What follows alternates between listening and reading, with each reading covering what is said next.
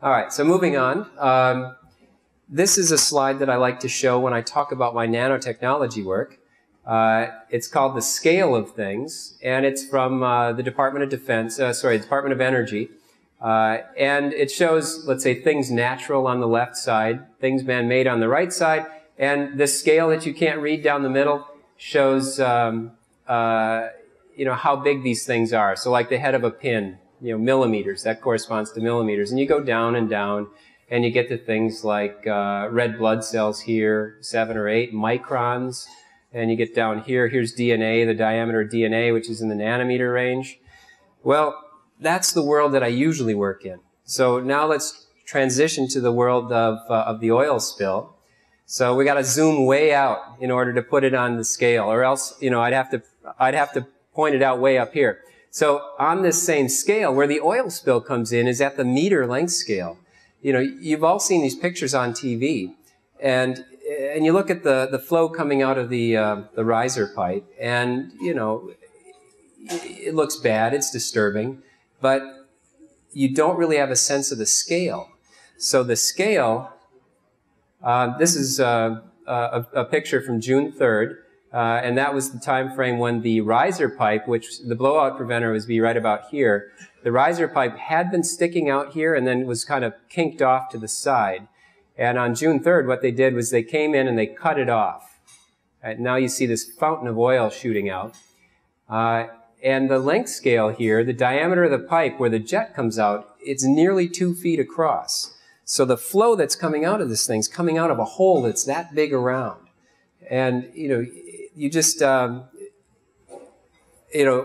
appreciate the scale, imagine, the flow's coming out from something this big around at a couple of feet a second, actually at about a foot a second.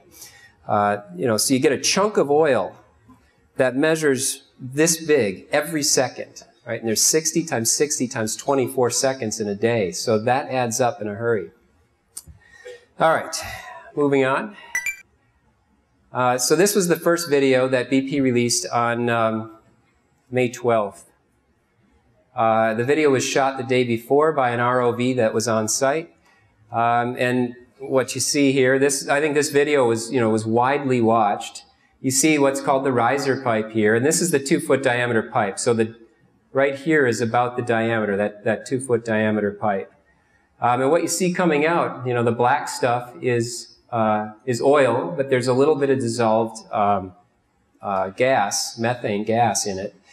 And then the lighter colored material, is methane gas that's already separated from the oil. The environmental impact of that methane is not well known. I mean, it's a greenhouse gas, but it's less severe of a greenhouse gas than CO2. And the volume that's being emitted here isn't enough to make a dent in the U.S. emissions of CO2. But what isn't known about the methane is what effect it has on the marine biology. So the methane, this is a mile under the sea surface. So as the methane bubbles up to the surface, most of it doesn't make it to the surface. Most of it dissolves in the seawater. And when it dissolves in the seawater, there are bacteria that like to eat it. It's a very energetic food. And when they eat it, they metabolize oxygen as well. So essentially, they suck all the oxygen out of the water. So right now, I'm not sure, and I think nobody's sure what the environmental impact is of that methane. But nobody's really worried about it because it doesn't wash up on the beach. But this is another important issue to think about, maybe to ask people about if you have the opportunity. So anyhow, and my primary concern was what's going on with the oil. All right, so this video, as I said, was released on May 12th. And on May 12th, on May 13th, Richard Harris from National Public Radio, here's Richard Harris.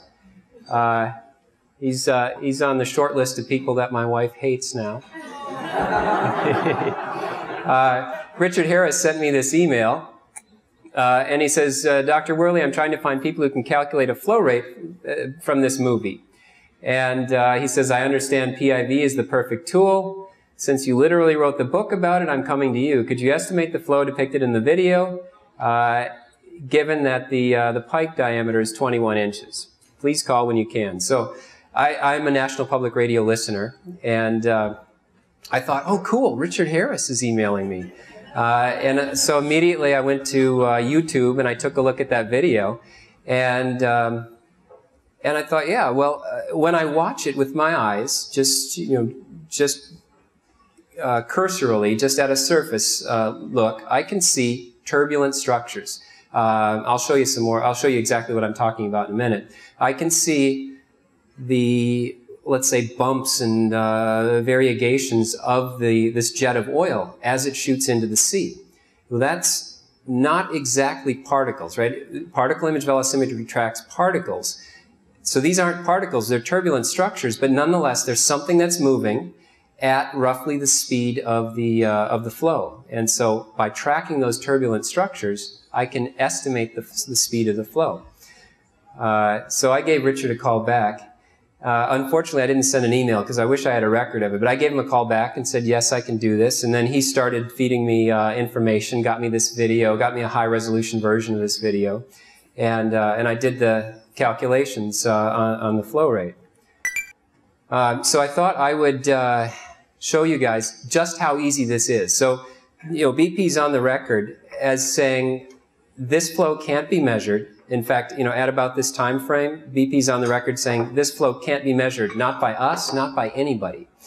And, well, words like that have a way of coming back to haunt you. And so I said, yeah, actually, I can measure that.